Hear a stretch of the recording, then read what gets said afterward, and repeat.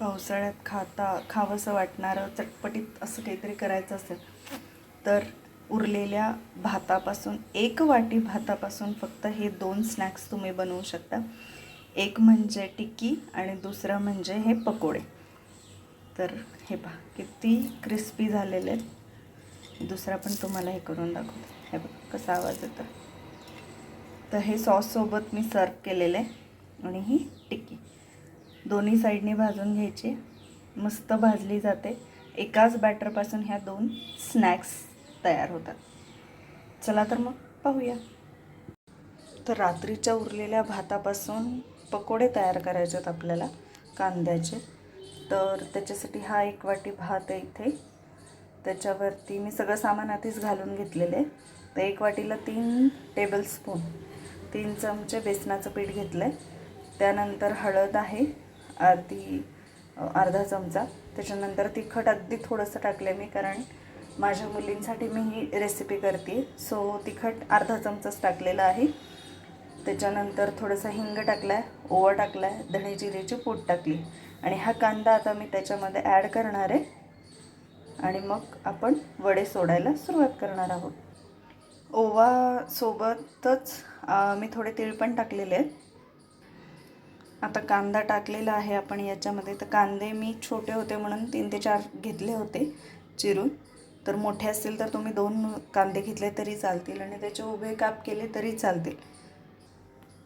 सुरुवातीला पाणी न घालता भातामध्ये जेवढं पाणी आहे, मॉइश्चर आहे, ते सगळं सोक केल्याच्या नंतर मग थोडं थोडं याच्यामध्ये पाणी ॲड करून जसं आपल्याला पीठ लागतं भज्यांसाठी त्या पद्धतीचं बॅटर तयार करून घ्यायचं आहे.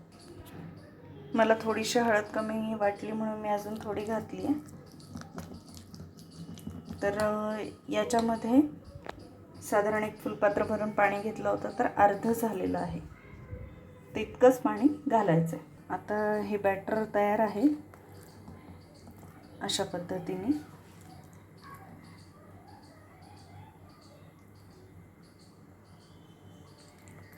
तर इकडे मी तेल गरम करायला ठेवलं आहे. तेल आपलं छान गरम झालं आहे. तर आपण एक एक एक एक सोडू. तेल थोडंच घेतलं आहे मी.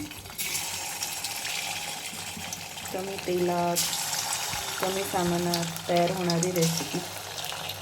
आता हे आपण तळून घेऊया. ठीक. हे पकोडे इथे तयार होतात तोपर्यंत मी इथे एक नॉनस्टिक पॅन घेतला आहे.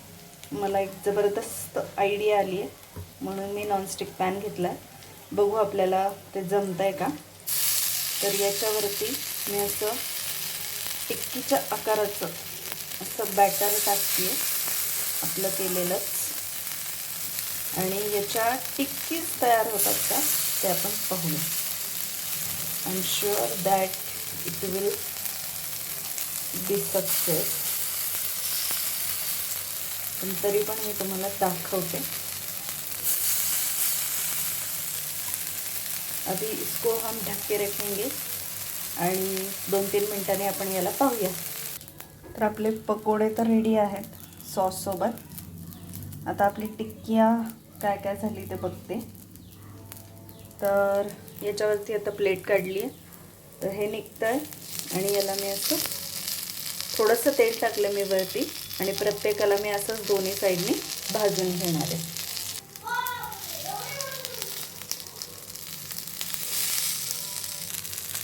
तो एक साइड से तो हो गई है. आता दुसऱ्या साईडने आपण करतोय आणि दुसरी साईड झाली की मी सर्व करणार आहे. जे डाएट कॉन्शियस आहेत त्यांच्यासाठी हे टिक्कीज तयार आहेत आणि ज्यांना पावसाळ्यात मस्त कुरकुरीत भज्यांचा आनंद घ्यायचा आहे, पकोड्यांचा आनंद घ्यायचा आहे, त्यांच्यासाठी ही गरमागरम कुरकुरीत भजी. मी एक तुम्हाला वाटलंच तोडून दाखवते. हे बघा किती कुरकुरीत झाली. सी. तुम्हाला पण माझी रेसिपी आवडली असेल तर कमेंट करून नक्की सांगा. Good bye.